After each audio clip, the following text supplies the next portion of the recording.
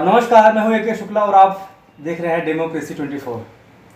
आज हम एक ऐसे शख्स के साथ हैं जो राजनीतिक भी है, जो आरटीआई एक्टिविस्ट भी है और जो एक उत्तर प्रदेश की कानून की दुनिया का एक बहुत बड़ा एडवोकेट है।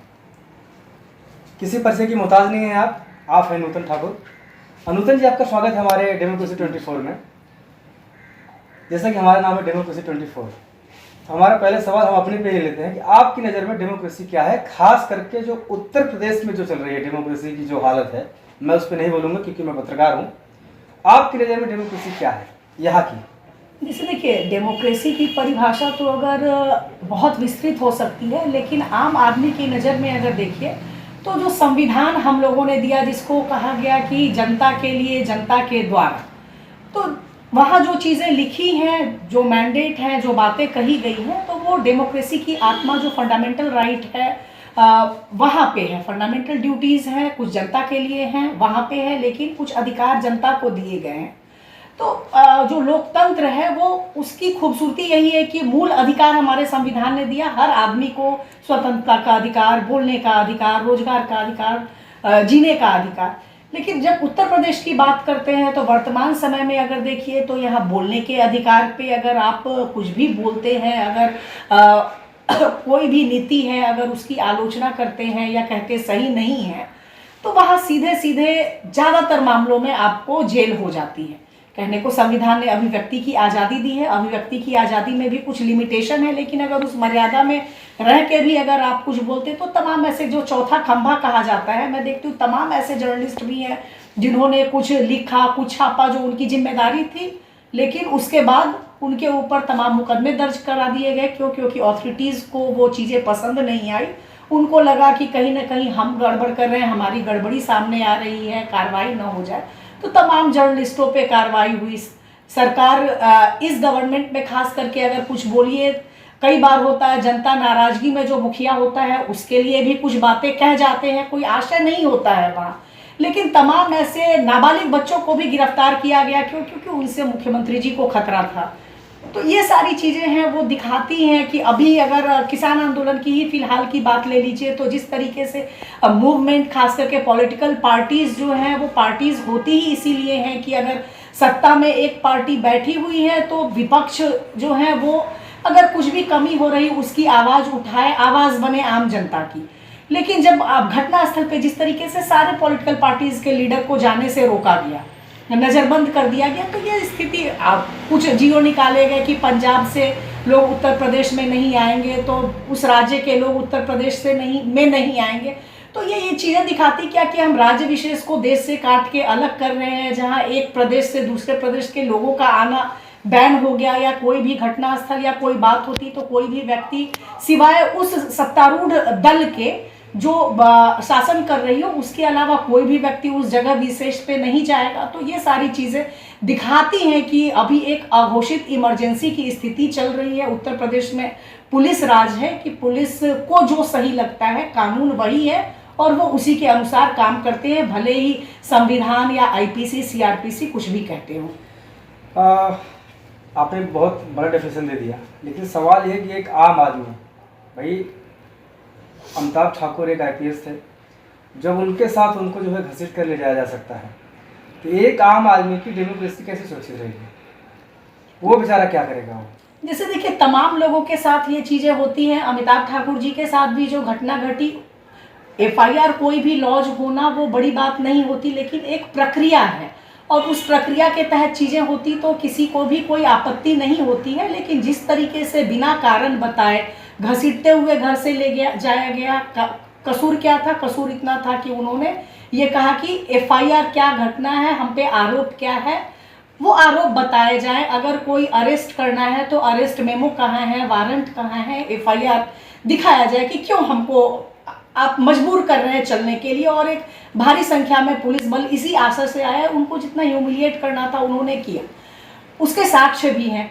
और उन चीज़ों के बाद भी पुलिस फर्जी डॉक्यूमेंट क्रिएट करती है। उस घटना के बाद भी जब ये चीज़ें सामने आई तो एक क्रॉस एफआईआर, चूँकि उस दौरान अमिताभ जी को चोटें आई थी, मेडिकल में वो चोटें पुष्ट हुई, उन्होंने रिमांड मजिस्ट्रेट के सामने भी वो चीज़ें रखी थी। उसके बाद एक क्रॉस एफआईआर लॉन्च कराया गया और एफआईआर में क्या कहा गया, हाथापाई में और उस पर मैं भी अभियुक्त हूँ। ये कहा गया कि हम लोगों ने पुलिस वालों की नेम प्लेट तोड़ दी, उनके जो डोरी होती है वो तोड़ दी, मारपीट की, वो चोटिल हुए, घायल हुए, जबकि ऐसे फुटेज है जिसमें तमाम पुलिस वाले हैं जो नेम प्लेट लगाए हुए ही नहीं हैं। अगर नेम प्लेट, जबकि वो मैंडेट स्पेसिफिक है कि जब आप कहीं जाते हैं अरेस्ट करने या किसी के घर पे भी, तो पुलिस वालों की वर्दी पे नेम प्लेट होना चाहिए, नाम स्पष्ट दिखना चाहिए। कोरोना के नाम पे सारे लोगों ने चेहरा दिखना चाहिए, सारे लोगों ने पूरे मास्क से अपने को चेहरे से ढका हुआ था। तो जब नेम प्लेट पहना था नहीं था तो किस नेम प्लेट को तोड़ दिया? तो ये तमाम चीज़ें हैं वो भविष्य में सामने आएंगी, लेकिन जिस तरीके से आज हमें परेशान करना था वो परेशान किया। मुझे एंटीसिपेटरी बेल लेना पड़ा उसके लिए। तमाम ऐसे लोग हैं जहां पुलिस अरेस्ट कहीं से करती है, घटनास्थल कहीं दिखाती है, ज़बरदस्ती ले जाती है। उन लोगों को उतनी कानून की समझ भी नहीं है, ना उतने अपनी बात को साबित करने या कहने की स्थिति में हो पाते हैं, मजबूरी होती है। वहाँ अगर पुलिस इस तरीके से फर्जी डॉक्यूमेंट क्रिएट करती है, तमाम मामलों में करती है, लेकिन कोई कार्रवाई नहीं होती है, तो किस डेमोक्रेसी की और जो सीआरपीसी में जो एक संरक्षण दिया गया है कि जब आप अक्यूज हैं तो भी आपके कुछ अधिकार हैं और आपकी जो बेसिक ह्यूमन डिग्निटी है उसकी मर्यादा को रखी जाएगी, लेकिन पुलिस रोज रोज उस चीज़ को तार तार करती है। मैं तो ये कहूँगी कि अमिताभ जी अभी जीवित हैं। जिस तरीके से गोरखपुर की घटना देखिए जहां पुलिस होटल में आधी रात को जाके, मैं उस पर जाऊंगा मैडम, आपका बात काटूंगा फिलहाल। जैसे कि अपना अमिताभ ठाकुर जी का जो गिरफ्तारी किया गया मामले में और भी लोग अभियुक्त हैं जी, तो मेरा सवाल ये है बहुत छोटा सा कि बाकी अभियुक्तों की गिरफ्तारी को उतनी तत्परता से नहीं लिया गया जितने अमिताभ ठाकुर को। क्या इसके पीछे जो ऐलान करते थे कि हम गोरखपुर में आज आ रहे हैं, कल हम गोंडा में आ रहे हैं, कल हम अयोध्या में आ रहे हैं, क्या आपको ऐसे लगता है कि उन चीज़ों को देखते हुए, क्योंकि हमने कुछ फुटेज देखे थे कि जैसे ऐलान करते थे कि हमें गोरखपुर जाना है तो कुछ गाड़ियाँ आपके घर के सामने आ जाती थी, तो ऐसा तो नहीं कि उसी के लिए किया गया कि इसको पहले उठा के अंदर करो बाकी बाद में काम करो? सर देखिए, निश्चित रूप से मैं या अमिताभ जी जो काम कर रहे थे वो वृहद जनता के हित में था और ख़ास करके उन अधिकारियों को वो चीज़ें चुभती थी क्योंकि उनकी गड़बड़ियों को हम बोलते थे। जैसे पॉलिटिकल पार्टीज़ होती हैं वो बोलती हैं, बयान देती हैं, हम उनको लिपिबद्ध करके अथॉरिटीज़ को जो ताकत में हैं अभी वर्तमान अधिकारी, उनको कहीं ना कहीं उस चीज़ से परेशानी होती थी। और जब बाद में हम लोगों ने ये कहा कि एक संगठन बनाएंगे, अमिताभ जी ने ये कहा कि वो गोरखपुर से चुनाव लड़ेंगे और जैसे ही उन्होंने कहा और गोरखपुर जाने की बात कही वैसे ही हमारे घर पे पहले जब गोरखपुर जाने की बात थी तो 2-2.5 दिन तक नज़रबंद रखा गया जी। बाहर नहीं निकलने दिया गया अमिताभ जी को। उसके बाद फिर जब उन्होंने कही गोरखपुर जाने की बात तो उसके बाद फिर सुबह आके पुलिस बल के द्वारा जिस दिन जाना था रोक दिया गया और दोपहर में उनकी गिरफ्तारी इस मामले में कर ली गई। पूछने पे तब ये भी नहीं बताया गया कि आरोप क्या है। एक ऐसा मामला जहां घटनास्थल दिल्ली का था, अगर विस्तृत जांच होती तो उसमें एक, चूंकि अब मामला सब जुडिस है, कोर्ट में है, तो इस पे बहुत कुछ कहना मेरी तरफ से भी सही नहीं है, लेकिन जो कथित पीड़ित थे उन्होंने जो बातें कही, उन्होंने तमाम लोगों के नाम लिए लेकिन उनके ऊपर कोई कार्रवाई नहीं हुई। कहीं ना कहीं पुलिस भी ये जानती और मानती है कि केवल कहना और उसको साबित करना, उसकी जांच करना कि उस कहे गए बात की सत्यता क्या है, बिना उसके तह में गए हुए आनंद फानन में अरेस्ट कर लेना, ये अपने आप में ही जो गाइडलाइंस है तमाम विवेचना को लेके कही गई बातें हैं। विवेचक को अधिकार है कि वो तुरंत अगर कोई एफआईआर होती उसको इतने साक्ष्य मिलते हैं तो वो गिरफ्तारी कर सकता है। लेकिन एक ऐसा मामला जिसमें तमाम लोगों के नाम लिए गए, यहाँ तक कि एक जो काम कर रहे हैं एपीएमएलए कोर्ट के जज, उनका भी नाम लिया गया। उनकी गलती क्या थी? उनको जो जिम्मेदारी दी गई थी मामला सुनना है, अगर वो सुन रहे हैं और उससे अगर कोई व्यक्ति व्यथित हो जाता है और ये कहे कि वो जिम्मेदार है, तो क्या ये गलत है? मानने की बात सही गलत उसकी पहले जांच होनी चाहिए। आज मैं व्यथित हूँ, अगर मैं ये बात कहने लगूँ कि मैं भी ऐसा करूँ और कर लूँ और 5-6 व्यक्तियों के नाम ले लूँ, तो क्या इसी तरह पुलिस आनंद फानन में बिना कुछ देखे समझे बुझे ऐसे ही घसीट के अरेस्ट करके ले जाएगी? तो ये एक बहुत वृहद मुद्दा है। अमिताभ जी की गिरफ्तारी केवल पीड़ित, हम लोगों को पीड़ित परेशान करने और सबक सिखाने के लिए की गई है कि हमारे पास ताकत है। बोलने का नतीजा ये है कि हम जब तक चाहें आपको जेल के अंदर बंद रख सकते हैं।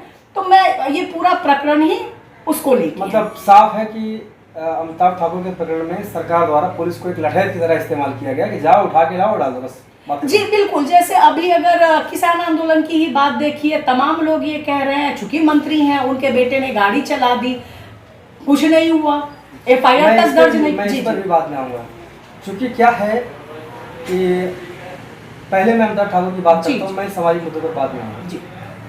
ऐसा लोगों का कहना है, कुछ लोगों ने ताने मारे हैं, मेरा अमिताभ ठाकुर से यही सवाल है। अधिकार सेना अमिताभ ठाकुर जेल में चले गए किन्हीं कारणों से, तो अभी अधिकार सेना की क्या स्थिति है? जैसे देखिए, अधिकार सेना को जब बनाने की बात कही गई थी तो जस्ट जैसे हम लोगों ने घोषित किया, और वो जैसे आप कहते कि कोई पौधा डालते, बीज जमीन में लगाते हैं, सींचते हैं, पानी डालते हैं, वो ऊपर आने का उसको मौका मिलता है। उस जब हम लोगों ने उसकी बीज डाली, पानी तक सींचने का मौका नहीं दिया गया और उनको आनन फानन में अरेस्ट कर लिया गया, तो अभी भी तमाम लोग जुड़े हुए हैं। लेकिन जो लोग इनिशियल जुड़े उनको डराया गया, धमकाया गया, उन लोगों में ये खौफ पैदा किया गया कि देखो, जब एक IPS अधिकारी है उनका अगर हम इस तरीके से हश्र कर सकते हैं तो आप किस खेत की मूली है। जाहिर तौर पे हर व्यक्ति के ऊपर जिम्मेदारी है अपने घर की, अपने परिवार की, तो वो खुल के सामने नहीं आ सकते हैं। लेकिन आज भी अधिकार सेना के लोग जुड़े हुए हैं, और जब भी जरूरत पड़ेगी लोगों के मन में इस चीज़ को लेके, जिस तरीके से अरेस्ट हुआ, वो जो तमाम ऐसे लोग जो अधिकार सेना से जुड़े हैं और तमाम ऐसे लोग जो आम जनता है, वो फ़ोन करते इस बात पे आक्रोशित होते हैं। उनको ये महसूस होता है कि ये अत्याचार है। तो हमारे लिए तो वही मैं कहूँगी कि एक उपलब्धि। लेकिन अगर आप देखें तो ये तो होता रहा है, जब आप राजनीति की दुनिया में जाते हैं, किसी का भी मैं नाम नहीं लूँगा, किसी भी नेता का होता है। मेरा ये कहना है, जिस तरह से लालू यादव की गिरफ्तारी की गई थी बिहार में, और राबड़ी देवी ने, एक अशिक्षित महिला ने CM की कमान संभाली थी, मुझे लगता है कि उनको सिग्नेचर करना नहीं आता था अपना। तो ये नूतन ठाकुर जो है, ये अमिताभ ठाकुर की जगह क्यों नहीं ले रही है फिलहाल, क्यों वहाँ पे क्यों नहीं है? से देखिए, बात चूंकि नूतन ठाकुर अमिताभ ठाकुर की जगह नहीं ले सकती हैं, क्योंकि अमिताभ ठाकुर की अपनी एक स्वतंत्र व्यक्तित्व था। मैं रोकूंगा, मैं आगे उसी पे आ रही हूँ। हाँ। और उन्होंने एक कल्पना को इनविसाज किया, मैं भी उससे जुड़ी हुई हूँ। लेकिन और ये नहीं है कि मैं उस जिम्मेदारी को नहीं ले रही हूँ, लेकिन अभी मेरे साथ जो परेशानी है कि मुझे उन लोगों को भी सुरक्षित रखना है जो अधिकार सेना से जुड़े हुए हैं, क्योंकि हम लोग कोई ऐसे पॉलिटिशियन नहीं है, बेसिकली एक्टिविस्ट हैं। अमिताभ ठाकुर जी भी अगर मूल रूप से कहा जाए तो वो एक्टिविस्ट हैं, वो पॉलिटिशियन बाद में है। उन्होंने चुनाव लड़ने की भी बात कही थी, तो इसके लिए नहीं कही थी कि उनको बहुत जन समर्थन मिल जाएगा या वो बिल्कुल ही जीत जाएंगे। उन्होंने ये कहा था कि वर्तमान में जो सत्ता की खामियां रही हैं, जो गड़बड़ियां रही हैं, हम उन चीज़ों को सामने लाएंगे। तो जो चीज़ें हैं, अभी मेरे पास जिम्मेदारी जो है वो अमिताभ जी को बाहर निकालने की भी है, और उन लोगों को भी जो हमसे जुड़े हुए हैं उनको भी सुरक्षित रखने की जिम्मेदारी है। तो मैं वो दोनों जिम्मेदारी को बखूबी निभा रही हूँ, और उसी जिम्मेदारी के तहत ये भले दिख रहा होगा कि अभी मैं कुछ नहीं बोल रही हूँ, लेकिन मैं कहूँगी कि इसको आप ये कह सकते हैं कि कई बार चुप्पी या खामोशी भी बहुत कुछ कहती है, और वो मैसेज लोगों तक जाता है। लेकिन जो अभी आज के हालात है, इसमें अगर आप चुप रहेंगे तो उसको फिर गलत मान लिया जाता है कि कुछ है ही नहीं। देखिए, मैं ये नहीं समझती हूँ कि क्योंकि जो चुप्पी है, जो खामोशी है, जो मैसेज लोगों में है, वो भी एक बड़ा मैसेज है जो लोग कॉल करते हैं। क्योंकि ये नहीं है कि जब मैं कहती हूँ तो जो तमाम लोग हैं जो खुद से संपर्क करते हैं, खुद कहते हैं, तमाम ऑफर्स दिए कि तन मन धन से हम साथ हैं, लड़ाई के लिए पैसे की कमी हो, अमिताभ जी के लिए अगर लीगल बैटल लड़ना है उसमें कमी हो, हम सपोर्ट करेंगे। लेकिन चूंकि अभी मुझे उस चीज़ की जरूरत नहीं, विपरीत स्थिति भी है, और मुझे ये लगता है कि वर्तमान में जो है चीज़ों को, तो मुझे आर्थिक सहयोग की जरूरत अभी नहीं है, क्योंकि जब मैं वो तभी मांगूंगी जब मुझे लगेगा कि अब मैं उस चीज़ को नहीं कर पा रही हूँ, क्योंकि अभी भगवान का दिया हुआ मेरे पास भी, चूंकि मैं भी अधिवक्ता हूँ, तो उतनी है हैसियत कि मैं लड़ सकती हूँ मुकदमा, और तमाम लोग हैं जो सहयोग करने को तैयार हैं, और वक्त जरूरत मुझे पूरा विश्वास है कि जब भी मैं कहूँगी तो एक आवाज़ पे वो सामने आएंगे। कुछ लोगों ने, मैं विपक्षियों के सवाल बहुत ज़्यादा पूछता हूँ, उसको जो है आप अन्यथा मत लेना। कुछ लोगों का ये कहना है कि जो अधिकार सेना अपने अधिकारों की, अपने मुखिया की रक्षा नहीं कर पा रही है, तो वो आम लोगों की रक्षा है, जो उनसे जुड़े हुए लोग हैं, उनकी रक्षा कैसे करेंगे? तो देखिए, बात अधिकार से ना अपने मुखिया की रक्षा नहीं कर पा रही है, उसकी है ही नहीं। बात ये है कि जो अधिकार सेना का गठन हुआ था, तो उसका उद्देश्य भी यही था कि जो हमारे संवैधानिक अधिकार हैं, जो कानून ने हमें अधिकार दिए हैं, उसकी रक्षा की जाए। लेकिन सवाल बस सवाल वही है कि जो लोग ये पूछ रहे हैं, तो जिस तरीके से अधिकार सेना के मुखिया की गिरफ्तारी हुई, वो एक डेमो है कि हमारे यहाँ कानून व्यवस्था ध्वस्त है।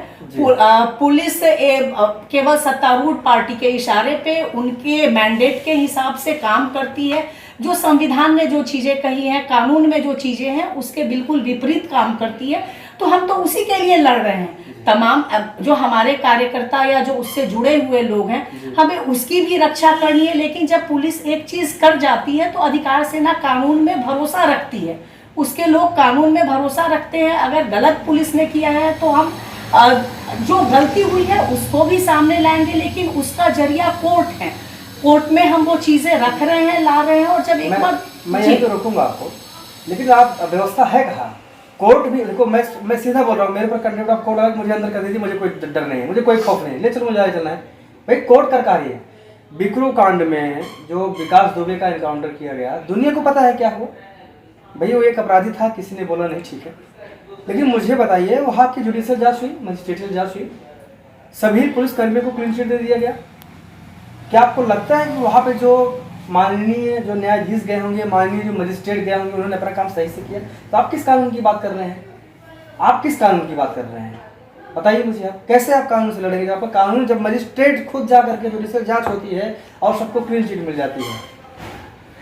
जिसे देखिए, चूंकि वहाँ भी मैं ये कहूँगी कि जो भी जांच हुई और क्लीन चिट मिली, तो मैजिस्ट्रियल जांच और जो लोग बंद हैं, चूंकि होता क्या है कि कई बार जब आपको बंद कर दिया जाता है, आपके पास वो साक्ष्य नहीं होते हैं, या आप कहते हैं वो साक्ष्य इकट्ठा करने का काम भी पुलिस का होता है।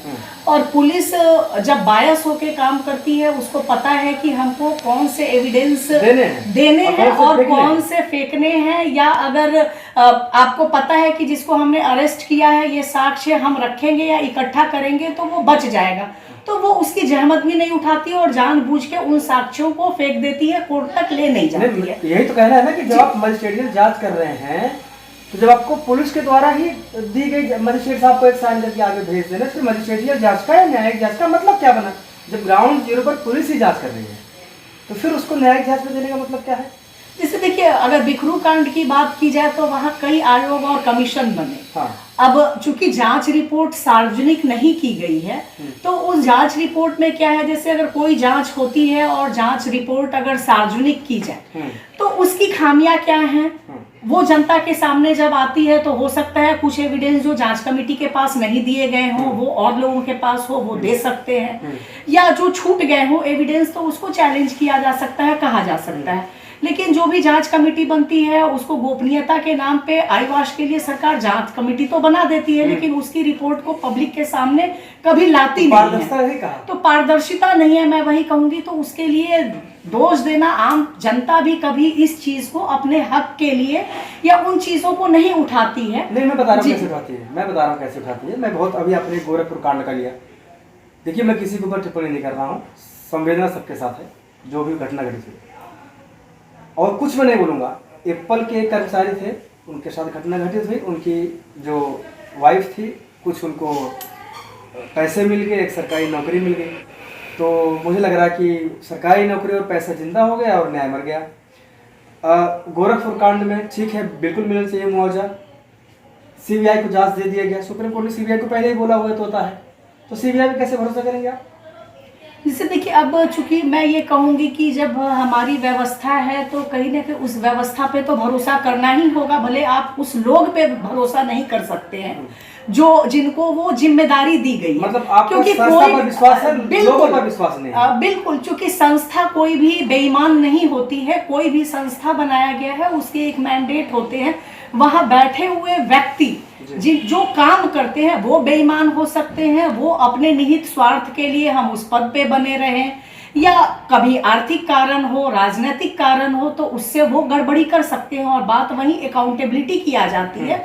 और मुझे ये महसूस होता है कि वहाँ पे ज़रूरत उस चीज़ की भी है कि जैसे हमारे यहाँ जो आज भी आईपीसी सीआरपीसी जो है प्रक्रियात्मक लॉ, जब अंग्रेजी शासन था तभी की चली आ रही है, वहाँ अगर देखिए उनके अलग कानून थे, और जब उनको यहाँ शासन करना था तो जो उन्होंने लॉ बनाए वो शासन के हित को ध्यान में रख के बनाए, और आज़ादी के बाद भी हम वही कानून को अडॉप्ट कर रहे हैं। जैसे मैं उदाहरण दूंगी, अपने ही मामले की दूंगी, जब पुलिस घर पे आई, सेकेंड एफआईआर लॉन्च की और तमाम गलत डॉक्यूमेंट बनाए। अब मैं जब कोर्ट में उन चीज़ों को लेके भी जाऊं, मेरे पास साक्ष्य भी हैं, तो ये आएगा कि वो लोक सेवक हैं और सरकारी काम के दौरान कार्य किया है, तो पहले आप सरकार से प्रोसिक्यूशन सैंक्शन लेके आइए, सरकार मुकदमा चलाने की अनुमति देगी तभी मुकदमा चलाया जाएगा। तो मैं अब चूंकि हमारे देश का कानून है तो उसको तो आप अब वहां पे जो सरकार है, इन चीजों को बदलने की जरूरत है। और उसका फायदा क्या होता है कि जब अगर आप उस मामले में अगर मैं जाऊंगी, चूंकि सरकार के कहने पे ही उन अधिकारियों ने ये चीजें की है, वो कभी अभियोजन स्वीकृति नहीं देंगे या उस नाम पे सालों साल मामला लटका रहेगा। तो कई बार बात सही है, जो आपके पास दस्तावेज लगे, आपने कहा कि कोर्ट रचना फर्जी दस्तावेज है जी, तो 420 और 467 तो क्लियर हो रहा है जी, बिल्कुल। क्लियर क्यों नहीं है उसमें? लेकिन आईपीसी का प्रावधान है ना। लेकिन वही सीआरपीसी जो न्यायिक प्रक्रिया है, वहाँ ये कहता है कि फर्जी लगा दो आप। तो तमाम चूंकि जानते हैं पुलिस के अधिकारी, तो वो तमाम मामलों में फर्जी लगाते हैं डॉक्यूमेंट, और आप उनको वहां पे चूंकि हाथ बंधे होते हैं न्यायपालिका के भी, जब वो सरकार अनुमति दे, अभियोजन की अनुमति देगी, और उसका फायदा इस तरीके से उठाया जाता है कि जहां जिस अधिकारी को आपको बचाना है तो आप उसको अभियोजन की अनुमति नहीं देंगे, और जिनको नहीं बचाना है, जिनकी उन तक पहुंच नहीं है, तो उनकी अगर गलती नहीं भी है या छोटी गलती भी है तो उनको आप तुरंत अरेस्ट करेंगे, जेल में डाल देंगे। गोरखपुर की ही घटना की देखिए, वहां पे पुलिस वालों ने मारा तमाम, लेकिन आज भी वो गिरफ्तार नहीं किए गए। क्यों? क्योंकि उनकी कहीं ना कहीं वो शासन सत्ता के लाडले हैं, ब्लू आइड बॉय हैं, उनको प्रश्रय है, तो वो अरेस्ट नहीं होंगे। जहाँ डीएमएसपी की क्या जिम्मेदारी है आईपीएस ऑफिसर की, अगर कोई तहरीर ला रहा है और एक व्यक्ति मृत हुआ है, उसके मेडिकल रिपोर्ट में इतनी इंजरीज हैं, और परेशान हो जाएंगे पीड़ित परिवार को कि आप मुकदमा दर्ज मत करवाइए, एफआईआर नहीं कराइए। तो कौन सी न्याय व्यवस्था, जिनको अगर थाने पे दर्ज नहीं होती है तो व्यक्ति एसएसपी के पास जाता है, वो पैसा दे देते हैं, नौकरी देते हैं एसएसपी और उसके उनके ऊपर कोई कार्रवाई नहीं हुई। क्यों? क्योंकि पुलिस के जो वहाँ एसएसपी हैं वो सत्तारूढ़ दल के किन्हीं के दामाद कहे जा रहे हैं। तो जो हमारी न्यायपालिका है, तो लड़ाई जो अधिकार सेना का गठन भी इसीलिए हुआ था कि जो समानता का अधिकार है, हम जहां अन्याय हो रहा है उनके बात कहें, उनकी लड़ाई लड़ें, जनता को जागरूक करें कि हम केवल बंधुआ नहीं हैं, या जो कह दिया गया, हम जब सवाल नहीं पूछेंगे, सवाल नहीं उठाएंगे, तब तक ये चीजें जो हैं वो बदलेंगी नहीं। तो उस दिशा में काम करने को ये अधिकार सेना का भी गठन हुआ। कई सवाल राजनीति से जुड़े हुए, आप भारतीय जनता पार्टी में रहे हैं, आज उसकी आलोचना कर रही हैं, ऐसा दोहरा रवैया क्यों? क्योंकि देखिए, मैं आपको बता दूं, आपने एक समाचार पत्र जिसका नाम है राजस्थान पत्रिका है, उसको दिए इंटरव्यू में आपने कहा था कि भाजपा में वंशवाद नहीं है और भाजपा एक अच्छी पार्टी है। आपने ही तारीफ की थी कुछ समय पहले। तो उस समय भाजपा अच्छी थी, आज भाजपा अच्छी क्यों नहीं है नूतन ठाकुर की नज़र में?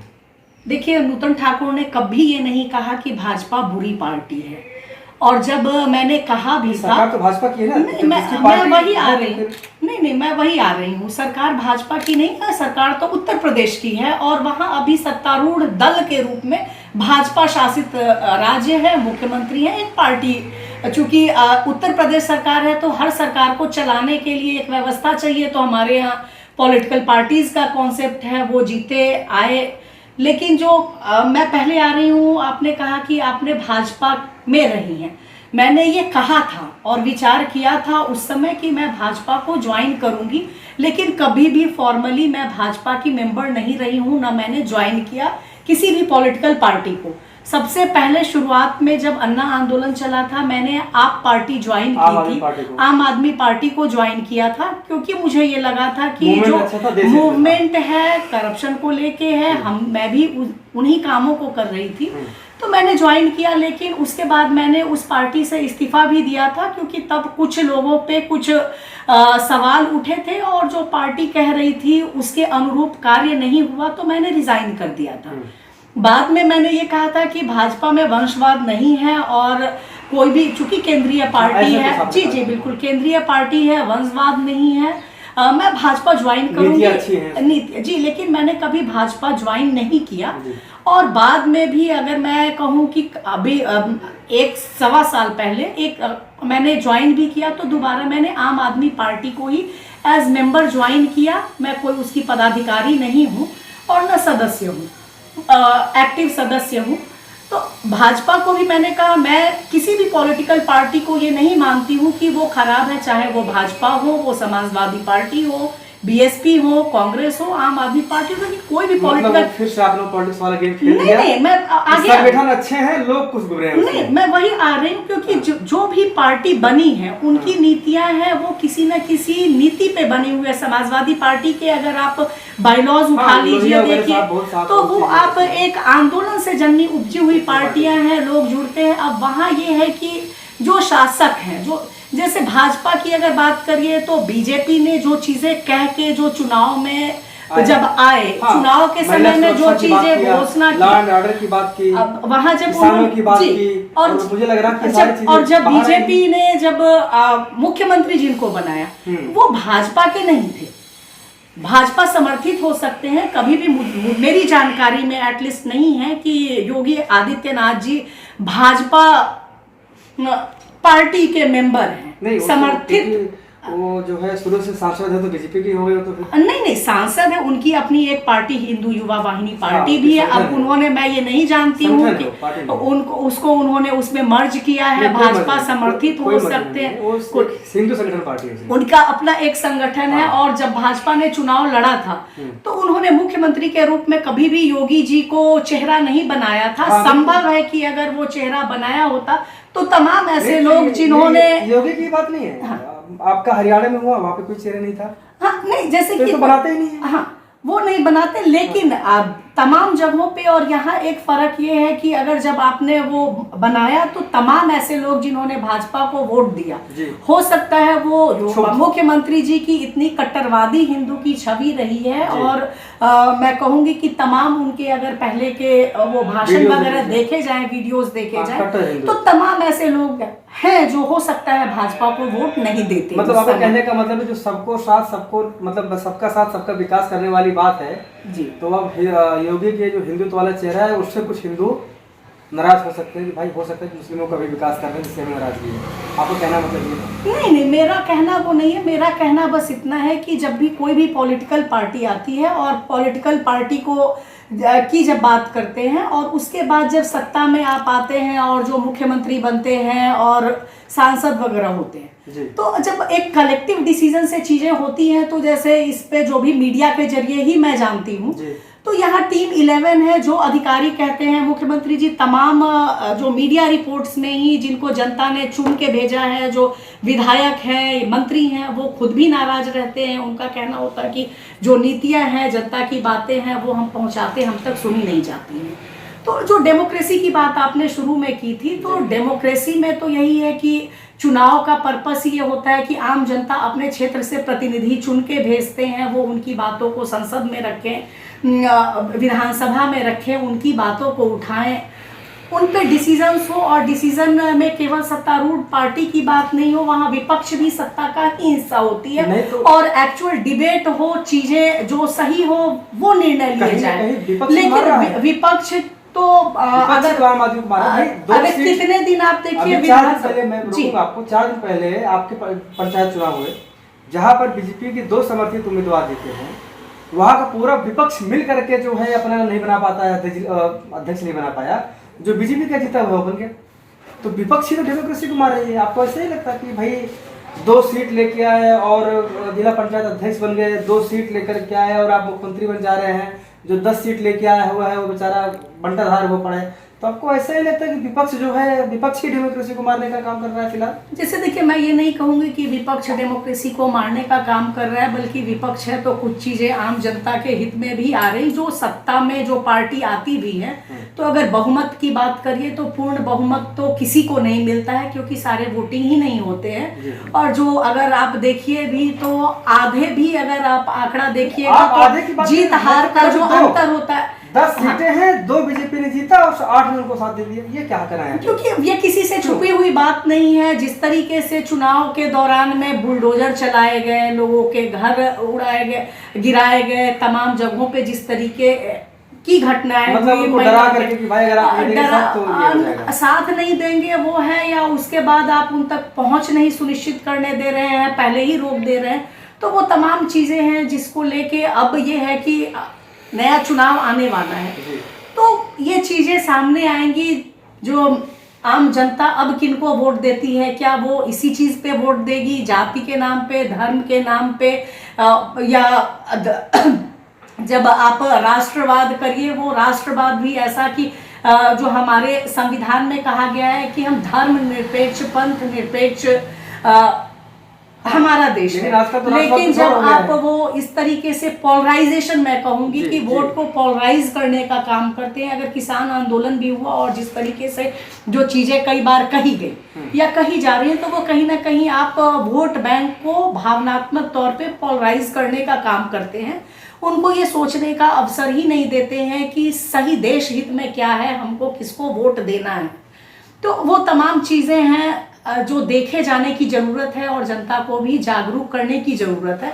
वहाँ मीडिया की एक अहम भूमिका आ जाती है, लेकिन अभी जब तमाम मीडिया हाउसेज जिनकी पहुंच, जिनके पेपर जनता तक हैं, तो वहाँ जो खबरें देखिए, जो गड़बड़ियां हैं वो आती ही नहीं है सामने में। थोड़ी बहुत जो अगर सही खबरों को दिखाने का काम है तो वो सोशल मीडिया के जरिए ही हो पाता है। बिल्कुल सही है। मैं आपको यहाँ पे रोकूंगा। देखिए, कानून में कहा जाता है कि वादी का हित सर्वोपरि। जब वादी ही कुछ बोलने को तैयार नहीं होता है, उसको खरीद लिया जाता है, उसको कंपनसेशन दे दिया जाता है, सरकारी नौकरी दे दी जाती है, जब वादी ही आपके पास नहीं लड़ने के लिए आ रहा है, तो ऐसे में विपक्ष को उसकी आवाज़ बननी चाहिए। लेकिन होता क्या है आज की डेट में, गोरखपुर का मैटर हुआ, वहाँ मामला शांत हुआ, वहाँ विपक्ष गया, दूसरा मैटर लखीमपुर में मिल गया, लखीमपुर का जो है अब शांत हो गया, गोरखपुर वाला भूल गए आप, बाराबंकी में बच्चे के साथ रेप हुआ उसको भूल गए आप, लखीमपुर वाला भी शायद 24 से 48 घंटे में हम भूल जाएंगे। भाई अगर मान लीजिए वादी किन्हीं कारणों से दबाव में आ गया, प्रलोभन में आ गया, तो विपक्ष उसकी आवाज़ को लगातार क्यों नहीं उठाता? जैसे देखिए, मैं ये कहूँगी कि जो भी क्राइम है वो स्टेट का मैटर, अभी आपने जितने भी उदाहरण दिए वो अपराध से जुड़े हुए मामले हैं, और वादी अगर चूंकि उसका घर परिवार है वो दबाव में आ गया, अगर एफआईआर दर्ज हुई है तो अब वहां से पुलिस और न्यायालय की भूमिका शुरू होती है। वहां विपक्षी पॉलिटिकल पार्टीज की भी कोई भूमिका नहीं होती है। मेरा ये कहना है कि इतने जो सोर्स से जैसे मामला ताज़ा रहता है, आपने कहा कि मीडिया, बिल्कुल मैं आपसे इस बात से एग्री करता हूँ, लेकिन सोशल मीडिया आपके पास हथियार है जी, आप वहाँ पर उठाते रहिए। लेकिन होता क्या है कि 24 से 48 घंटे में गोरखपुर का मैटर शांत हुआ, मिला, उनकी वाइफ को न्याय मिल गया, उनके अनुसार मामला सीबीआई में चला गया। ठीक है, संस्था पर विश्वास है, लेकिन लोगों पर विश्वास नहीं किया जा सकता जब उनकी गिरफ्तारी नहीं हुई है, तो आगे क्या हम विश्वास करेंगे? एसआईटी जांच कर रही है उसकी, क्या आगे हम करेंगे? कुछ नहीं कर सकते। मेरा ये कहना है कि उसी चीज़ को कंटिन्यू, जैसे एक मीडिया संस्थान होता है, कोई अगर मैटर पकड़ लिया, सपोज कीजिए आपके खिलाफ ही मैंने कुछ पकड़ लिया, तो हम तब तक उसको चलाने का प्रयास करें जब तक आपके खिलाफ कार्रवाई ना हो। तो ऐसे ही लगातार विपक्ष क्यों नहीं हमलावर होता है? या अमिताभ ठाकुर जी ही जेल गए, 2 दिन 4 दिन सभी ने हल्ला मचाया, जो सहयोगी थे, कुछ लोग यहाँ पे आए थे, मिले थे, वही लोग क्यों नहीं धरना प्रदर्शन कर रहे हैं, घेराव क्यों नहीं कर रहे हैं? क्या कारण है? देखिए, चूंकि मैंने जो पहले ही कहा कि अभी अघोषित इमरजेंसी की सिचुएशन है, और तमाम लोग अगर धरना प्रदर्शन करने जाते हैं तो तमाम ऐसे लोग हैं जो आम आदमी हैं, उनकी कोई न्यायालय प्रक्रिया में या अधिवक्ता तक, चूंकि हमारे यहाँ न्यायालय की प्रक्रिया भी कोई बहुत सस्ती नहीं होती है, अगर आपको जानकारी नहीं है तो आप कोर्ट तक नहीं जा सकते हैं। तो वहाँ जो कानून लाया गया है, अगर आप जाते हैं, जैसे मैं एक फुटेज देख रही थी, अब कितना सही है, कल एक पुलिस की जीप जलाई गई, पुलिस की जीप जलते हुए तो फोटोग्राफ है, जिस जगह पे है वहाँ तमाम सीसीटीवी कैमरा लगे होंगे, किसने जलाई वो चीजें सामने नहीं आया। कहीं विरोधाभास है।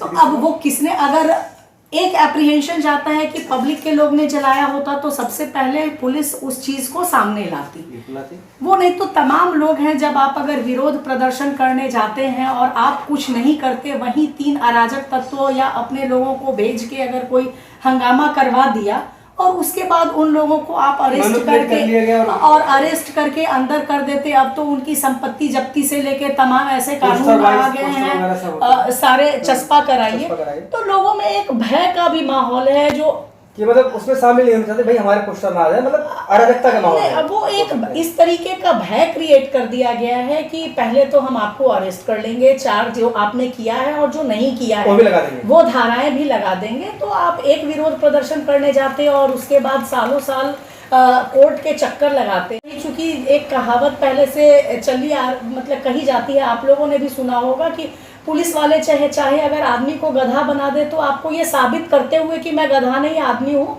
उम्र बीत जाएंगे और हो सकता आप ये साबित भी न कर पाए। तो ये तमाम चीजें हैं जो हमारे व्यवस्था में, तो उनमें सुधार की, अमेंडमेंट की जरूरत है। लेकिन दुर्भाग्यवश जिनको हम चुन के भेजते हैं पार्लियामेंट में, तो वो भी उन चीजों को नहीं उठाते हैं और ऐसे बदलाव की बात नहीं करते हैं। जो बदलाव होते भी हैं, जो लाए भी जाते हैं कानून, तो वो कहीं ना कहीं आम जनता को ही और ज्यादा दबाने के लिए लाए जाते हैं। मेरा एक सवाल एक लाइन में, दोस्ती या फर्ज, आप किसको चुनेंगे? बहुत सोच समझ के जवाब देना, क्योंकि दोनों में आप फंसेंगे इस समय, यही मेरा सवाल है। देखिए, चूंकि ये बात दोस्ती और फर्ज की नहीं है, चूंकि वो मैं कुछ भूल जाइए, अंतर के साथ क्या हुआ, आम जनता के साथ क्या हुआ, लखीमपुर जी।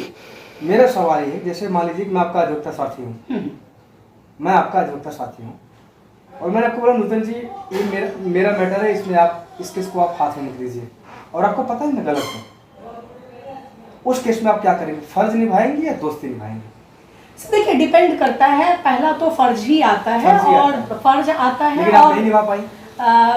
कहाँ? मैं केस बता रहा हूँ आपको। नहीं, बिल्कुल। हालांकि आपने प्रयास किया था, लेकिन आज जो है न्याय की जंग में वो आदमी अकेला पड़ गया है। नूतन ठाकुर ने साथ देने का प्रयास किया था, लेकिन उनके साथियों ने उसका विरोध किया था।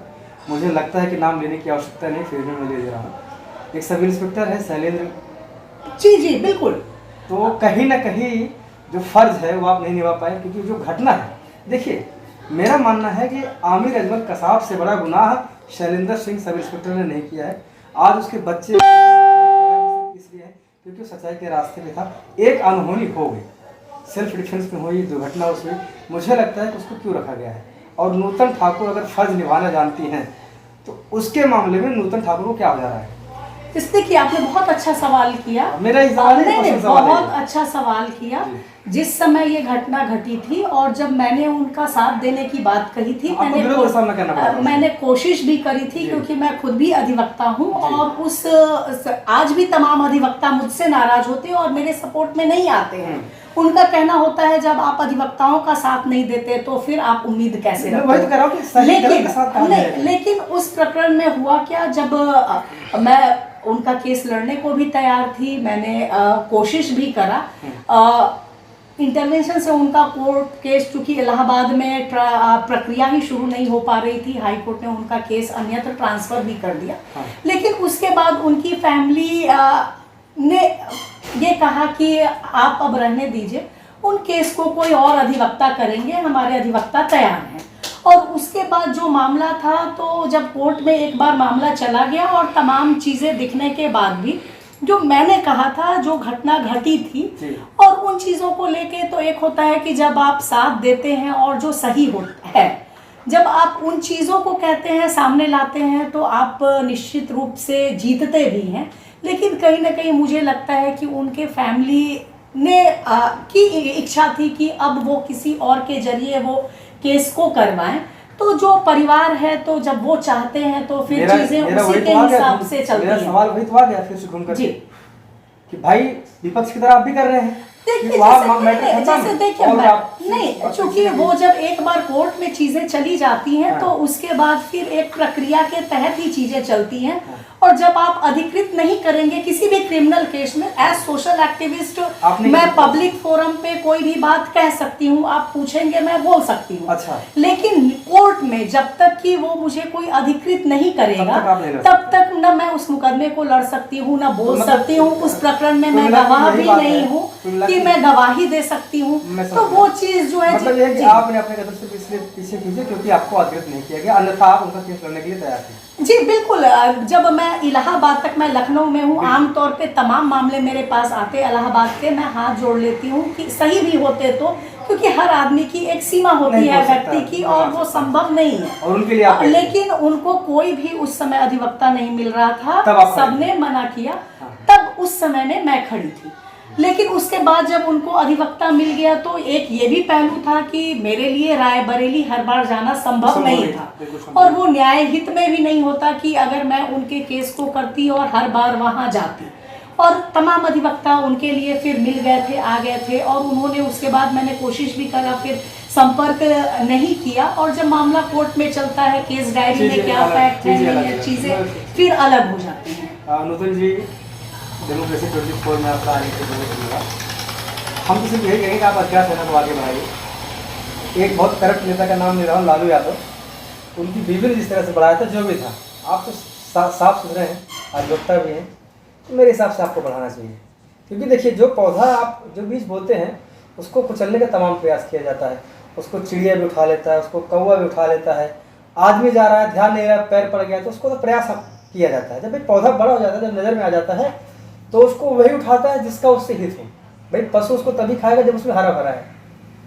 तो मेरे हिसाब से आपको थोड़ा सा लीड करना चाहिए इस मामले में। नहीं, बिल्कुल आपकी बात बिल्कुल सही है, और मैं ये मानती हूँ कि जब जो बात आपने कही कि कोई कौवा भी उठा के ले जाता है, जब अगर उस बीज को, जब हमने बीज डाल दिया है तो जो जहाँ उठा के ले जाएगा, कौवा जो है उसको तो नष्ट करने का प्रयास करेगा, और बीज डाला है तो वही लेकिन आएगा। आप इस बंजर में नहीं जाएगा कौवा। नहीं, आप इस चीज को मानिए कि जब आप एक बीज को डाल देते हैं तो बीज कभी नष्ट नहीं होता, वो कहीं ना कहीं पौधा बनता है। और अधिकार सेना भी वो एक विचारधारा थी, तो वो विचार कहीं जब शुरू किया था थी, और आज भी है और हमेशा रहेगी। और मैं भी उससे जुड़ी हुई हूँ, तमाम लोग जुड़े हैं जो इसको आगे बढ़ा रहे हैं, और वो समय के साथ आपको दिखेगा कि ये और भी फैलेगा जिस तरह से। और वो ये नहीं है कि जो अधिकार सेना है उसका जो उद्देश्य है, आज जब तमाम लोग इस चीज़ को महसूस कर रहे हैं, जब हम लोगों ने शुरू किया था, और ये और स्पष्ट दिखने को मिल रहा है कि जब आप देखिए लखीमपुर की घटना घटी, तमाम पॉलिटिकल पार्टीज के लीडर हैं, हर एक को नज़रबंद कर दिया गया, घर में रोक के रखा गया,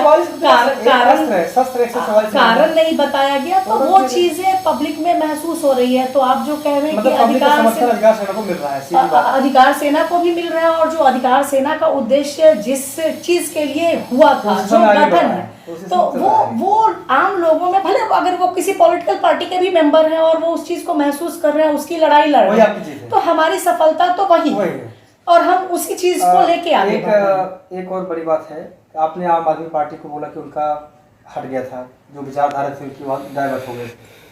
भविष्य में मान लो आपके अधिकार सेना राजनीतिक रंग लेती है, राजनीतिक पार्टी बनती है, तो आप किसके साथ जाना चाहेंगे? क्योंकि मैं पहले आपको जवाब देता हूँ उसका थोड़ा सा। अमिताभ जी ने मेरे साथ इंटरव्यू में ये बोला था कि मैं आम आदमी पार्टी के साथ जाना चाहूँगा। आप कह रही हैं कि वो अपने लक्ष्य से भटक चुकी है, तो ये मियाँ बीवी में लड़ाई हो रही है कि भैया वो जाएंगे और आप नहीं जाएंगे, आप उसको लक्ष्य से भटका हुआ बता रहे हैं और वो कह रहे हैं वो सही है। तो इसमें क्या करें? जैसे मैं वही कह रही हूँ, ऐसा तो नहीं कि भाई दोनों के तो भाई मन भेद नहीं है और मतभेद दोनों में है, ऐसा कुछ नहीं, मैं आपको बता रही हूँ कि जब जो अधिकार सेना हम लोगों ने, जो भी अमिताभ जी ने जब गठन किया था, तो वो कोई पॉलिटिकल पार्टी के रूप में उसका गठन नहीं हुआ था। कहा कि राजनीतिक रूप अगर लेती है तो, हाँ, और नहीं आगे आ रही हूँ उसी पे, वो एक सोशल संगठन के रूप में उसका गठन हुआ था। बाद में जो लोग जुड़े थे उनमें से तमाम लोगों ने कहा कि इसको हमें राजनीतिक भी पॉलिटिकल पार्टी बनाना चाहिए, राय दिया, और उस दिशा में हम अमिताभ जी ने सुझाव भी मांगे थे। और जब सुझाव आना शुरू हुआ और जिस दिन उन्होंने घोषणा की कि उसका पॉलिटिकल पार्टी बनाए, उसी दिन उनको अरेस्ट कर लिया गया।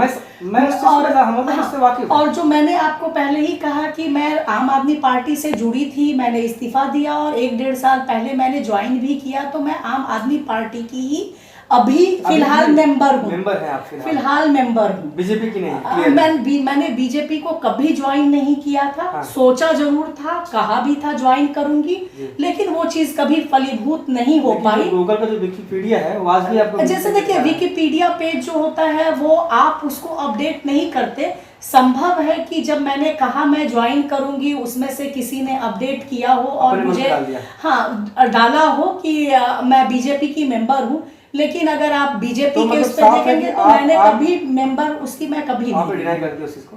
मतलब साफ है कि आप आम आदमी पार्टी के साथ हैं, अभी आप आम आदमी पार्टी के लिए आपके मन में कहीं ना कहीं जगह है, अगर भविष्य में कुछ होता है तो जरूर आप उसके साथ जाना चाहेंगे। जब मैं अभी उनकी सदस्य हूँ, हाँ, जाहिर सी बात है, तो जाहिर सी बात है कि मैं आम आदमी की मेंबर हूँ, लेकिन ये है कि अगर कल को अधिकार सेना अपना विस्तृत रूप लेती है और कोई भी पॉलिटिकल पार्टी के रूप में फॉर्मेशन उसका होता है, तो जाहिरा तौर पे फिर चूंकि जो विचारधारा है कहीं ना कहीं अधिकार सेना का जो गठन हुआ है जी।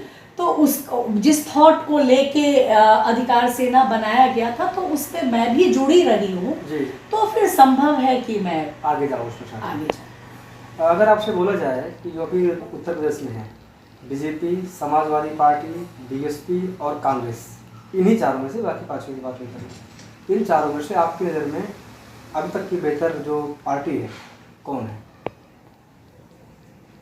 जैसे देखिए, बेहतर पार्टी अगर मुझसे पूछिएगा तो विचारधारा के हिसाब से सारी पार्टियों की अपनी खूबियां हैं। नहीं, बचिए सत्ता की बात अगर एक ही लाइन में बस नहीं, सपा, बसपा, बीजेपी या फिर कांग्रेस, जैसे देखिए चूंकि उत्तर प्रदेश की अगर केवल बात करिए तो जब से मैं उत्तर प्रदेश में हूं तो मैंने कांग्रेस का रिजिम देखा नहीं है, पढ़ा है, सुना है, तो उस पर मैं कोई कमेंट नहीं कर सकती हूँ। नहीं, क्यों नहीं कर सकती? देखिए, जैसे दूरदर्शी में होता है, पीछे का भी देखता है। नहीं, जैसे दूरदर्शी में भी मैं बात वही कह रही हूँ कि विचारधारा सारे पॉलिटिकल पार्टीज की अच्छी हैं, और जब पार्टी सत्ता में बैठती है, जब वो पार्टी सत्ता में आती है, बदल जाती है, तो मुझे महसूस होता है कि जो आप कह के आते हैं चीजें, तो समय के साथ साथ जब सत्ता का जिसको नशा बोलते हैं, तो फिर आप आम जनता के हित की बात कितनी कर पाते हैं उस पर डिपेंड करता है। जैसे अभी अगर पिछले 3 रेजिम को मैंने बखूबी देखा है, बीजेपी, समाजवादी पार्टी और बहुजन समाजवादी पार्टी। बहुजन समाजवादी पार्टी की अगर बात करिए तो वहाँ करप्शन इशू एक मेजर इशू रहता था, लेकिन लॉ ऑर्डर सिचुएशन की बात जब भी की जाती थी लॉ एंड ऑर्डर के मामले में बीएसपी को नंबर 1 दे दिया, बेहतर होता था। समाजवादी पार्टी की बात करूं अगर, तो मुझे ये महसूस होता है, और मैं वो बाकी उदाहरण को छोड़ के अगर खुद के ही बात करूं, क्योंकि कई बार जब आदमी के विचार बनते हैं तो कहीं ना कहीं उसका अपना एक्सपीरियंस, अनुभव भी होता है उस पे। जब उस दौरान भी मैंने तो समाजवादी पार्टी, बसपा में जो गड़बड़ियां थी तभी मैं बोलती थी, उजागर करती थी, तो ये कहा जाता था कि आप समाजवादी पार्टी के एजेंट के रूप में काम कर रहे हैं, समाजवादी पार्टी के खिलाफ तो ये कहा गया कि बीजेपी के एजेंट वो लगता रहा, लेकिन जो भी था वो गड़बड़ियों को ही हमने बोला। लेकिन आज ये महसूस होता है कि उस दौरान भी, समाजवादी पार्टी के दौरान हम लोगों पे तमाम मुकदमे हुए, तमाम फर्जी केसेस में फंसाया गया। जब गायत्री प्रजापति जी का मामला चला, कई सारे मामले मुकदमे हुए, लेकिन उस दौरान भी कभी मुझे ये मानसिक पीड़ा नहीं दी गई। पुलिस आते थे, घूमते थे, डराने की कोशिश करते थे, लेकिन हमें इतना एक्सेस था कि हम अपनी बात कह सके, कोर्ट तक अपनी बात कह सके, उसकी छूट थी, चूंकि अरेस्टिंग नहीं थी। और अपनी बात जब आप कोर्ट तक भी तभी पहुंचाएंगे जब आप वहां तक पहुंच पाएंगे। आज जो स्थिति है, मौका ही नहीं।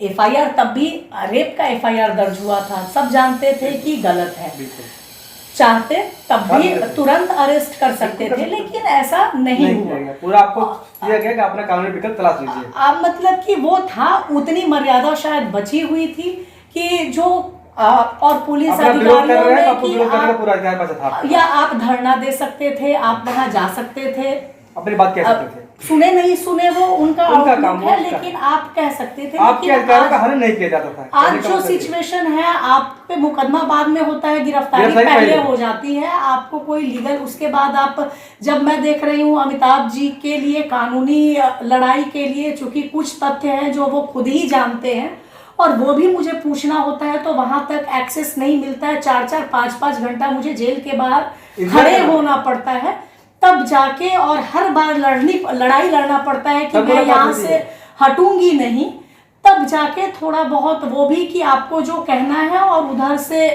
आएगा, तो वो एक कम्युनिकेशन गैप होता है। मैं ये भरोसा नहीं हो पाता है कि उन्होंने वही बात सही है या गलत है, तो वो चीजें तो मतलब आपकी नजर में बसपा जो है लॉ एंड ऑर्डर के मामले में ठीक है, समाजवादी पार्टी एक एवरेज पार्टी है? और नहीं, मैंने एवरेज नहीं कहा, मुझे ये लगता है कि समाजवादी पार्टी में डेमोक्रेटिक वैल्यूज फिर भी थी, लोग धरना आज की देते अपेक्षा। थे, केवल मेरी ही नहीं, धरना प्रदर्शन विरोध भी करते थे। होता था और लोगों पे एक्शन नहीं होता था।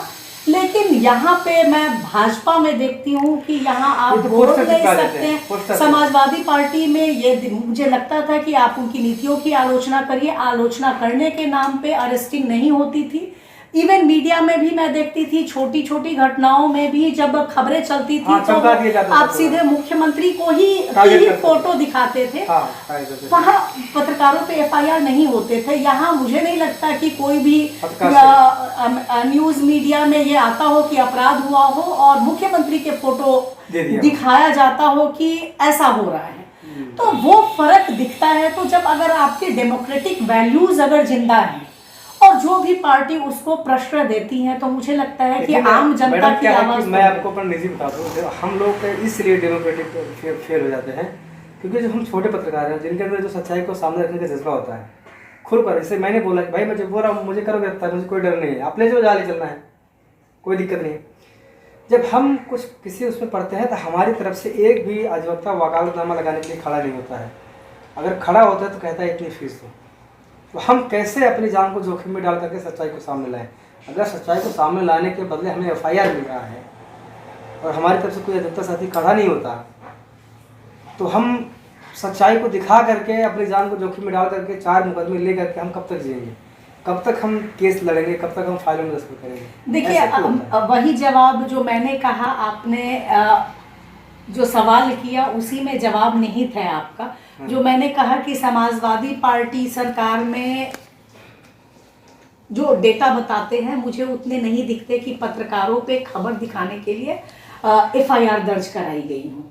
लेकिन इस गवर्नमेंट में तमाम ऐसे मुकदमे दिखने को मिले कि आपने ये खबर दिखाई तो खबर छापी क्यों नहीं, मैं उस आपको पे भी बता एफआईआर। दूं, हो सकता है मेरा मुकदमा दर्ज हो जाए, मैंने आपका इंटरव्यू कर लिया, लेकिन अब सवाल ये होता है कि नूतन ठाकुर मेरे लिए क्यों नहीं खड़े होंगे? जैसे देखिए, आप उस तरीके से बात अगर क्यों देखिए खड़े तो होते, क्यों नहीं खड़े होते हैं? कोई भी एडवोकेट अगर है तो उनकी अपनी रोजी रोटी परिवार होता है, तो उनको तो वहाँ पे जब भी आता तो आप कोई भी व्यक्ति पीड़ित भले होता है लेकिन उनको अपना परिवार भी चलाना है और वो सुबह से शाम तक अगर वही काम कर रहे हैं तो वो पैसा मांगेंगे, उस पर बुरा नहीं मानना चाहिए वो। लेकिन सवाल ये आता है कि न्यायिक प्रक्रिया में जो लीगल एक्सेस है कि अगर हम सच बोल रहे हैं तो हम पे मुकदमा क्यों होना चाहिए, हमें कोर्ट के चक्कर लगाने ही क्यों हैं? हम अगर सही बात बोल रहे हैं, जुडी पत्रकारिता को भी, जर्नलिस्ट को प्रेस काउंसिल ऑफ इंडिया इसी के लिए बनाया गया। सुप्रीम कोर्ट के जज वहाँ अध्यक्ष होते हैं, वहाँ उनको प्रोटेक्शन है कि आप, लेकिन मैं वही कह रही हूँ कि अब ज़्यादातर चीज़ें हैं जो कागजों पे रह गई हैं और जहाँ पे जो मशीनरी, सरकारी मशीनरी है वो अगर तमाम कमीशन, जैसे सूचना आयोग है, आरटीआई की बात करिए, कहने को है 30 दिन में आपको सूचना मिल जानी चाहिए, 3 साल में मिल जाए वो बहुत बड़ी बात है। और अगर कुछ कहिए तो आपको डांट फटकार हो सकता है, एक मुकदमे अलग से दर्ज हो जाए। तो इंस्टीट्यूशन सारे बने बहुत अच्छे हैं, लेकिन जो वहाँ बैठे लोग हैं वो काम कर रहे हैं, वो उनको बैठाया किनके हित में गया है? सत्ता के हित में। और बनाया तो आम आदमी के हित के लिए गया है, लेकिन वो काम किसके हित में कर रहे हैं? वो सत्ता के हित में या अपने हित में कि अब इस पद से हम हटे तो हो सकता हम ऐसा करेंगे तो हमको एक और कोई पद मिल जाए, अगर ऐसा हटा दिया जाएगा। हाँ, तो वो चीज जो है तो कुर्सी से चिपक के बैठा हुआ है आदमी बस जी, तो वहाँ अपना स्वार्थ, अपना लालच है। तो जब तक इस चीज के ऊपर आवाज नहीं उठेगी, लोग नहीं बोलेंगे, तो जो स्थिति थी, कहने को डेमोक्रेसी है, हम आज़ाद देश है, लेकिन कानून तक पहुंच भी कुछ ही लोगों की रह गई है। कुछ मामले में देखिए तमाम आपके ऊपर होते ही मीडिया में भी, और ज़्यादातर मेरा सवाल ये होता है कि अगर कोई क्रिमिनल केस है, अपराध है, तो उस पर कंपनसेशन भी तभी क्यों मिलेगा जब मीडिया में वो चीज़ें आएंगी और सरकार को लगेगा। हर आदमी के रोज अपराध होते हैं, तमाम लोग पीड़ित हैं, हर एक की खबरें तो मीडिया नहीं दिखा सकता है और न दिखाता है, उनको क्यों नहीं मिलता? तो उनको क्यों नहीं मिलता? अगर आप बराबरी की बात करते हैं, पीड़ित वो भी होते हैं, अत्याचार के शिकार वो भी हैं, तो ऐसी व्यवस्था क्यों नहीं बनाते हैं आप जहाँ पे जो सही है वो सही हो और बिना मीडिया के दिखाए भी लोगों को जस्टिस मिल पाए? जो पुलिस की जिम्मेदारी है, ड्यूटी है निष्पक्ष विवेचना की, सही विवेचना करने की, तो पुलिस को वो जब फ्रीडम नहीं देंगे, अपने जो तमाम सुप्रीम कोर्ट ने कहा, जो पुलिस guidelines सुधार हैं, जी। के लिए कहा, जब उन चीजों को नहीं रखेंगे, अपने कब्जे में रखेंगे, तो तो आम जांच- जनता जांच को फिर जो है वो, सही से नहीं और होगी। अब जो है वो धीरे धीरे, तो मैं कहूँगी कि वो एक तरह से पुलिस स्टेट की तरफ उत्तर प्रदेश में बढ़ता जा रहा है कि डंडा मार दीजिए, जान से मार दीजिए, फिर कहिए उसके बाद कि वो तो मुकदमा जो दर्ज कर दीजिए। पीड़ित व्यक्ति है वो अपनी कहानी कहने आएगा नहीं, इस दुनिया में रहा नहीं है, फिर कहिए वो तो गिर के खुद ही उसकी मौत हो मतलब घुमा गई। दिया जाता है। घुमा दीजिए, और उसको ऐसे प्रचारित किया जाता है मीडिया में भी, न्यूज़पेपर्स में भी, कि फिर लगता कि यही सही बोल रहे हैं, कि कोई झूठ को इतनी बार बोलो कि वो सच लगने लगे। लगने लगे। नूतन जी, आपने बहुत ही बेबाकी से अपनी राय रखी हमारे साथ, इसके लिए आपका बहुत बहुत धन्यवाद। और हमारी शुभकामनाएं हैं आपको, लड़ते रहिए, बाकी मुकदमे तो होते रहेंगे। मुकदमा उसी के ऊपर होगा जो सच है, सच को ही परीक्षा देनी है, असत्य को परीक्षा नहीं देनी है। असत्य के न सिर होते हैं न पैर होते हैं, ना आप उसे पकड़ सकते हैं न कुछ कर सकते हो, तो अज्ञात में दर्ज होता है। नहीं बिल्कुल, वो अज्ञात और अज्ञात ही रह जाता है, वो अज्ञात दर्ज होता है, और वो ऐसे ही है और जैसे समय के अनुसार उस अज्ञात में अगर जरूरत पड़ती है तो किसी को एक बना दिया जाता है। बिल्कुल ठीक है, बिल्कुल। तो आपका बहुत बहुत धन्यवाद हमसे जुड़ने के लिए।